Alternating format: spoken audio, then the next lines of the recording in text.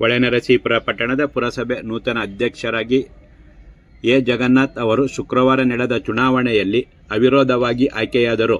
ನಿಕಟಪೂರ್ವ ಅಧ್ಯಕ್ಷ H. K. Prasanna ರಾಜೀನಾಮೆ ನೀಡಿದ ಹಿನ್ನೆಲೆಯಲ್ಲಿ ನಡೆದ ಚುನಾವಣೆಯಲ್ಲಿ 8ನೇ ವಾರ್ಡಿನ ಸದಸ್ಯ ಎ. ಜಗನ್ನಾಥ್ ಅವರು ಒಬ್ಬರೇ ಅಧ್ಯಕ್ಷ ಸ್ಥಾನಕ್ಕೆ ನಾಮಪತ್ರ ಸಲ್ಲಿಸಿದ ಹಿನ್ನೆಲೆಯಲ್ಲಿ ಚುನಾವಣಾಧಿಕಾರಿಗಳು ಹಾಗೂ ತಹಶೀಲ್ದಾರ್ ವೈ. ಎಂ. ರೇಣುಕುಮಾರ್ ಅವರು ಅವಿರೋಧ ಆಯ್ಕೆಯನ್ನು ಘೋಷಿಸಿದರು. 2018ರಲ್ಲಿ ನಡೆದ ಪುರಸಭಾ ಚುನಾವಣೆಯಲ್ಲಿ ಪುರಸಭೆಯ 23 ಸದಸ್ಯರಲ್ಲಿ 23 ಜೆಡಿಎಸ್ ಸದಸ್ಯರಿದ್ದರು. ನಂತರದಲ್ಲಿ ಒಬ್ಬ ಸದಸ್ಯರು ಮೃತಪಟ್ಟ ಹಿನ್ನೆಲೆಯಲ್ಲಿ ತೆರವಾದ ಸ್ಥಾನಕ್ಕೆ ನಡೆದ ಚುನಾವಣೆಯಲ್ಲಿ ಕಾಂಗ್ರೆಸ್ ಪಕ್ಷದ ಭೈರಶೆಟ್ಟಿ ಚುನಾಯಿತರಾದರು. ಸ್ಥಳೀಯ ಸಂಸ್ಥೆಗಳ ಚುನಾವಣೆಯ ಮೀಸಲಾತಿ ಪಟ್ಟಿ 2020ರ ನವೆಂಬರ್ನಲ್ಲಿ 2.5 ವರ್ಷದ ಮೊದಲ ಅವಧಿಯ ಹೊಸ ಮೀಸಲಾತಿ ಪಟ್ಟಿಯನ್ನು ಸರ್ಕಾರ ಪ್ರಕಟಿಸಿತು. ನವೆಂಬರ್ 18ರಂದು ಪುರಸಭಾ ನೂತನ ಅಧ್ಯಕ್ಷೆಯಾಗಿ ಸಿ.ಜೆ. ವೀಣಾ ಅಧಿಕಾರ ಸ್ವೀಕರಿಸಿದ್ದರು. ನಂತರದಲ್ಲಿ ಜಿ.ಕೆ. ಸುಧಾನಳಿನಿ ಹಾಗೂ ಎನ್. ಜ್ಯೋತಿ ಅಧ್ಯಕ್ಷೆಯಾಗಿ ಆಡಳಿತ ನಡೆಸಿದ್ದರು. ಆಗಸ್ಟ್ 24ರಲ್ಲಿ ಸರ್ಕಾರ ಪ್ರಕಟಿಸಿದ 2ನೇ ಅವಧಿಯ ಮೀಸಲಾತಿಯಂತೆ ಅಧ್ಯಕ್ಷ ಸ್ಥಾನ ಸಾಮಾನ್ಯ ವರ್ಗಕ್ಕೆ, ಉಪಾಧ್ಯಕ್ಷ ಸ್ಥಾನ BCMB ಮಹಿಳೆಗೆ ಮೀಸಲಾಗಿತ್ತು. ಆರ್ಯವೈಶ್ಯ ಜನಾಂಗದ ಕೆ. ಶ್ರೀಧರ್, ನಂತರ ಒಕ್ಕಲಿಗ ಜನಾಂಗದ ಎಚ್. ಕೆ. ಪ್ರಸನ್ನ ಹಾಗೂ ಉಪಾಧ್ಯಕ್ಷ ಸ್ಥಾನಕ್ಕೆ 23ನೇ ವಾರ್ಡಿನ ತೆಲುಗು ಬಣಜಿಗರ ಜನಾಂಗದ ಪೂಜೆ ಕೊಪ್ಪಲಿನ ಸಾವಿತ್ರಮ್ಮ ಚುನಾವಣೆಯಲ್ಲಿ ಅವಿರೋಧವಾಗಿ ಆಯ್ಕೆಯಾಗಿದ್ದರು. ನೂತನ ಅಧ್ಯಕ್ಷ ಆಯ್ಕೆ ಪ್ರಕಟಿಸುತ್ತಿದ್ದಂತೆ ಸ್ನೇಹಿತರು, ಹಿತೈಷಿಗಳು, ಕುಟುಂಬ ಸದಸ್ಯರು ಶುಭ ಕೋರಿದರು ಹಾಗೂ ಅಭಿಮಾನಿಗಳು ಪಟಾಕಿ ಸಿಡಿಸಿ ಸಂಭ್ರಮಿಸಿದರು. ನೂತನ ಅಧ್ಯಕ್ಷ ಎ. ಜಗನ್ನಾಥ್ ಅವರು ಮಾತನಾಡಿ, ಪೂಜ್ಯ ದೇವೇಗೌಡರ ಆಶೀರ್ವಾದ ಹಾಗೂ ಶಾಸಕ ಎಚ್. ಡಿ. ರೇವಣ್ಣನವರ ಕೃಪೆಯಿಂದ ಅಧ್ಯಕ್ಷನಾಗಿದ್ದೇನೆ ಹಾಗೂ ಅವರ ಮಾರ್ಗದರ್ಶನದಲ್ಲಿ ಕೆಲಸ ಮಾಡುತ್ತೇನೆ. ಪಟ್ಟಣದ ಕುಡಿಯುವ ನೀರು, ಚರಂಡಿ ವ್ಯವಸ್ಥೆ, ಬೀದಿ ದೀಪಗಳ ವ್ಯವಸ್ಥೆ ಬಗ್ಗೆ ಹೆಚ್ಚಿನ ಆಸಕ್ತಿ ವಹಿಸಿ ಸಮಸ್ಯೆಗಳಿದ್ದ ಪರಿಹರಿಸುತ್ತೇನೆ. ಸಾರ್ವಜನಿಕರ ಅರ್ಜಿಗಳನ್ನು ಗಮನಿಸಿ ತ್ವರಿತವಾಗಿ ವಿಲೆ ಮಾಡುತ್ತೇನೆ ಎಂದು ತಿಳಿಸಿದರು. ಮಹೇಶ್ಪುರ ಪುರಸಭೆಯ ಅಧ್ಯಕ್ಷರ ಸ್ಥಾನವು ರಾಜೀನಾಮೆಯಿಂದ ತೆರವಾಗಿತ್ತು. ಮಾನ್ಯ ಉಪಾಧ್ಯಕ್ಷರು ಅವರ ರಾಜೀನಾಮೆ ಅಂಗೀಕರಿಸಿ ಖಾಲಿ ಸ್ಥಾನ ಎಂದು ಘೋಷಣೆಯಾದ ನಂತರ ಚುನಾವಣೆ ನಡೆಸಲು ತಹಸೀಲ್ದಾರ್ ಹೊಳೆನರಸೀಪುರ ಅವರನ್ನು ಗೊತ್ತುಪಡಿಸಾಧಿಕಾರಿಯಾಗಿ ನೇಮಕ ಮಾಡಲಾಗಿತ್ತು. ಆ ಹಿನ್ನೆಲೆಯಲ್ಲಿ ಇವತ್ತು ಅಧ್ಯಕ್ಷ ಚುನಾವಣೆ ನಿಗದಿ ಮಾಡಿದ್ದು ಎಲ್ಲ ಗೌರವಿತ ಪುರಸಭಾ ಸದಸ್ಯರಿಗೆ ಚುನಾವಣಾ ನೋಟಿಸನ್ನು ಕಳಿಸಲಾಗಿತ್ತು.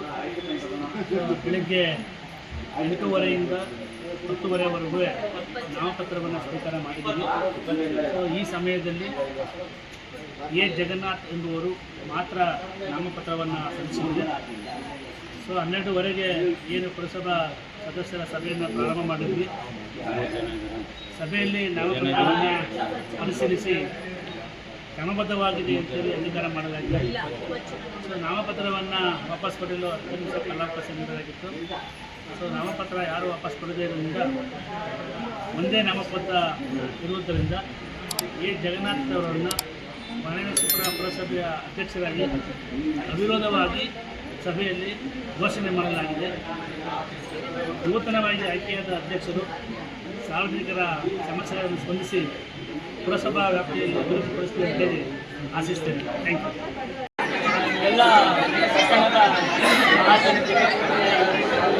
ಎಲ್ಲ ಪಟ್ಟಣದ ಮಹಾಜನತೆಗೆ ನನ್ನ ಅಧಿಕಾರಾವಧಿಯನ್ನು ಪೂರೈಸಿ ಹೊಸ ನೂತನ ಅಧ್ಯಕ್ಷರಿಗೆ ಅವಕಾಶ ಮಾಡಿಕೊಟ್ಟಿದ್ದಾರೆ ಶಾಸಕರು. ನನ್ನ ಅಧಿಕಾರಾವಧಿಯಲ್ಲಿ ನನಗೆ ಸಾಕಷ್ಟು ಸಹಕಾರ ನೀಡಿದ ಎಲ್ಲ ಪಟ್ಟಣದ ಜನತೆ, ಪುರಸಭಾ ಮುಖ್ಯಾಧಿಕಾರಿಗಳು, ಇಂಜಿನಿಯರ್ಗಳು, ಅಧ್ಯಕ್ಷರುಗಳು, ಹಾಗೆ ಪುರಸಭಾ ಮುಖ್ಯವಾಗಿ ಪುರಸಭಾ ಪೌರನ ಕಾರ್ಮಿಕರು ಅವರು ಹೇಳಿದ ತಕ್ಷಣವೇ ತುಂಬ ಒಳ್ಳೆ ಕೆಲಸ ಮಾಡಿ ನನಗೆ ಒಳ್ಳೆ ಕೆಲಸನ ತಂದುಕೊಟ್ಟಿದ್ದಾರೆ. ಅವರಿಗೆ ತುಂಬ ಹೃದಯದ ಧನ್ಯವಾದಗಳು. ಹಾಗೆ ಅದರ ಜೊತೆಗೆ ಮುಖ್ಯವಾಗಿ ಮಾಧ್ಯಮ ಮಿತ್ರರು, ನಮ್ಮ ಮತ್ತು ಜನಗಳ ಕೊಂಡಿಯಾಗಿ ಕೆಲಸ ಮಾಡ್ತಿರುವ ಮಾಧ್ಯಮ ಮಿತ್ರಗಳು ತುಂಬ ಸಹಕಾರ ನೀಡಿದ್ದೀವಿ. ಅದಕ್ಕಾಗಿ ಧನ್ಯವಾದಗಳನ್ನ ನೀಡ್ತಾ ಸಹಕರಿಸಿದ್ದಕ್ಕೆ ಮಾಜಿ ಶಾಸಕರು ಹಾಗೆ ವಿಧಾನ ಪರಿಷತ್ ಸದಸ್ಯರುಗಳಿಗೆ ನನ್ನ ಹೃತ್ಪೂರ್ವಕ ಅಭಿನಂದನೆಗಳನ್ನು ಸಲ್ಲಿಸ್ತಾ ಹೊಸ ನೂತನವಾಗಿ ಅಧ್ಯಕ್ಷರಿಗೆ ಶುಭಾಶಯನ್ನು ಕೋರಿ ಗಾಂಧಿ ಸರ್ಕಲ್ನಲ್ಲಿ ಪ್ಯಾಚಿಂಗ್ ವರ್ಕು ನಡೀತಿದೆ. ಟೆಂಡರ್ ಆಗಿದೆ. ಪೆಟ್ರೋಲ್ ಆಗಿ ಮಳೆ ಅನ್ನೋ ಕಾರಣಕ್ಕೆ ನಿಧಾನ ಆಗಿತ್ತು. ಆ ನಿಧಾನನ ನಾಳೆಯಿಂದ ಪ್ರಾರಂಭ ಮಾಡ್ತೇವೆ. ಹಾಗೆ 6,20,000 ಬಸ್ ಸ್ಟ್ಯಾಂಡಿಂದ ಟೌನ್ ಲಿಮಿಟ್ ಚಿಕ್ಕನಹಳ್ಳಿ ಹೌಸಿಂಗ್ ಬೋರ್ಡ್ವರೆಗೆ 6,20,000. ಹಾಗೆ ಪೇಟೆ ಬೀದಿಯ ಸ್ಟಾಫ್ಗಳನ್ನ ಲೆವೆಲ್ ಇಲ್ಲ, ಆ ಲೆವೆಲ್ಗೆ ಸದ್ಯಕ್ಕೆ ತಾತ್ಕಾಲಿಕವಾಗಿ ನಾವು ಅದನ್ನು ಟೆಕ್ನಿಕಲ್ ಆಗಿ ಸಂಪೂರ್ಣವಾಗಿ ಮಾಡೋಕ್ಕೆ ನಮಗೆ ಅನುದಾನದ ಕೊರತೆಯಿಂದ ಶಾಸಕರಿಗೆ ಗಮನಕ್ಕೆ ತಂದಿದ್ದೀನಿ. ಸದ್ಯಕ್ಕೆ ತಾತ್ಕಾಲಿಕವಾಗಿ ಏನು ಬ್ಯಾಲೆನ್ಸ್ ವ್ಯತ್ಯಾಸ ಇದೆ, ಆ ವ್ಯತ್ಯಾಸಕ್ಕೆ ಡಾಂಬರ್ ಪ್ಯಾಚೀಕರಣ ಮಾಡೋದಕ್ಕೆ ಅದನ್ನು 1,70,000ನ ನಾಳೆ ಅದ್ರ ಜೊತೆಗೇ ಕೆಲಸ ಪ್ರಾರಂಭ ಮಾಡ್ತಾರೆ. ವ್ಯವಸ್ಥೆನ ಶಾಸಕರ ಅನುದಾನದಲ್ಲಿ ಮಾಡಿಕೊಡ್ತೀನಿ ಅಂತ ಹೇಳಿದ್ದಾರೆ. ಅದನ್ನು ಖಂಡಿತ ಇನ್ನೊಂದು ತಿಂಗಳಲ್ಲಿ ಮಾಡಿಕೊಡ್ತಾರೆ. ಮಾಜಿ ಪ್ರಧಾನಿಗಳಾದಂಥ ದೇವೇಗೌಡರನ್ನ ಸ್ಮರಿಸ್ತಾ, ಅದೇ ರೀತಿ ಅವರಿಗೆ ಅಭಿನಂದನೆಗಳನ್ನು ಸಲ್ಲಿಸ್ತಾ, ನಮ್ಮ ಶಾಸಕರು, ನಮ್ಮ ಊರಿನ ಅಭಿವೃದ್ಧಿಕಾರರು ಆದಂಥ ರೇವಣ್ಣ ಹಾಗೂ ಭವಾನಿ ರೇವಣ್ಣನವರು, ಇವರೆಲ್ಲರ ಸಹಕಾರ, ಆಮೇಲೆ MLC ಸೂರಜ್,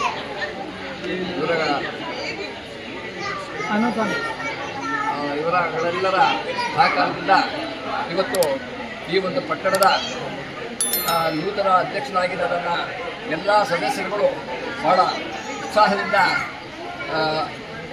ಅವಿರೋಧವಾಗಿ ಆಯ್ಕೆ ಮಾಡಿಕೊಟ್ಟಿದ್ದಾರೆ.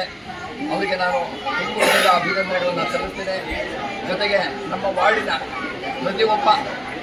ಪ್ರತಿಯೊಂದು ಜಾತಿಯ ಸದಸ್ಯರುಗಳು ನಮಗೆ ಸಹಕಾರ ಕೊಟ್ಟು ಕೌನ್ಸಿಲರ್ ಮಾಡಿ ಈ ಒಂದು ಸ್ಥಾನಕ್ಕೆ ಅವರು ಕಳಿಸಿದ್ದಾರೆ ಅನ್ನೋದಕ್ಕೆ ಇದು ಒಂದು ಉದಾಹರಣೆ. ಅವ್ರಿಗೂ ಸಹ ನಾನು ನಮ್ಮ ವಾರ್ಡಿನ ಎಲ್ಲ ಜನಾಂಗಕ್ಕೂ ಅಭಿನಂದನೆಗಳನ್ನು ಸಲ್ಲಿಸ್ತೇನೆ. ಜೊತೆಗೆ ನಮ್ಮ ಕೌನ್ಸಿಲರ್ಗಳು ನಿಜವಾಗ್ಲೂ ಉತ್ಸಾಹದಿಂದ ಇವತ್ತು ಬಂದು ನನ್ನ ಈ ಒಂದು ಅವಿರೋಧ ಆಯ್ಕೆಗೆ ಸಹಕರಿಸಿದ್ದಾರೆ. ಅವ್ರಿಗೂ ನಾನು ಅಭಿನಂದನೆಗಳನ್ನು ಸಲ್ಲಿಸ್ತಾ ಇದ್ದೇನೆ. ಅದೇ ರೀತಿ ನಾನು ಪಟ್ಟಣದಲ್ಲಿ ಈಗ ಮುಂದೆ ನಮ್ಮ ಪ್ರಸನ್ನ ಅವರು ಏನು ಮಾಡಿದ್ದಾರೆ ಆ ಒಂದು ಕೆಲಸಗಳೆಲ್ಲವನ್ನೂ ನಾವು ಈಗ ಪೇಟೆ ಬೀದಿಯದು ಭಾಳ ಪ್ರಾಬ್ಲಮ್ ಇತ್ತು. ಏನೋ ಎಡು ಬೀಳೋದು, ವೆಹಿಕಲ್ಗಳದ್ದು ಭಾಳ ತೊಂದರೆ, ಎಲ್ಲರ ಒಂದು ಉದ್ದೇಶ ಪಡಿಕೊಂಡು ನಾವು ಅದನ್ನು ಸ್ಯಾಂಕ್ಷನ್ ಮಾಡಿ ಇವತ್ತು ಕೆಲಸ ಶುರು ಮಾಡೋಕ್ಕೆ ಅನುವು ಮಾಡಿಕೊಂಡಿದ್ದೀವಿ. ಈಗ ಬಸ್ ಸ್ಟ್ಯಾಂಡು ಮತ್ತು ಸರ್ಕಲ್ಲು, ಬಸ್ ಸ್ಟ್ಯಾಂಡಿಂದ ಸರ್ಕಲ್ ಪ್ರಮುಖವಾಗಿ ನಾವು ಕಾರ್ಯವನ್ನು ಪ್ರಾರಂಭಿಸ್ತಾ ಇದ್ದೀವಿ. ಈ ಒಂದು ಇದಲ್ಲದೆ ಮಳೆ ಸಿಕ್ಕದ ಮುಖ್ಯ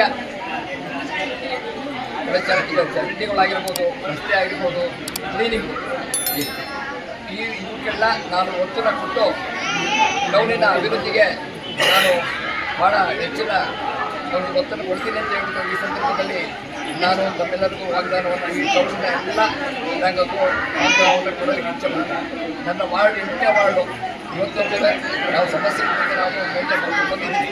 ಅದರಿಂದ ಇಡೀ ಟೌನನ್ನು ಮೇಂಟೈನ್ ಮಾಡಬೇಕು ಅನ್ನೋ ಉದ್ದೇಶ ಪಡಿಕೊಂಡು ನಾನು ಮುಂದೆ ಈ ಕೆಲಸವನ್ನು ಮಾಡೋದಕ್ಕೆ ನಮ್ಮೆಲ್ಲರ ಸಹಕಾರ, ಟೌನಿನ ಎಲ್ಲ ಜನಾಂಗದ ಸಹಕಾರ, ಎಲ್ಲ ಜನರ ಸಹಕಾರ ಇರ್ತೀನಿ ಅಂತ ಭಾವಿಸ್ಕೊಂಡು ಮಾಧ್ಯಮದವರು ನಿಜವಾಗ್ಲೂ ಮಾಧ್ಯಮದವರು ಹೆಚ್ಚಿನ ಈ ಒಂದು ಕೆಲಸ ಕಾರ್ಯಗಳಿಗೆ ಪ್ರೋತ್ಸಾಹಿಸಬೇಕು. ನಾವು ಮಾಡ್ತಿರೋ ಕೆಲಸವನ್ನು ಜನಗಳಿಗೆ ಮುಟ್ಟಿಸಬೇಕು ಅಂತ ಹೇಳ್ಬಿಟ್ಟು ಈ ಸಂದರ್ಭದಲ್ಲಿ ಎಲ್ಲರಿಗೂ ಮಾತಾಡೋದಕ್ಕೆ ಅವಕಾಶ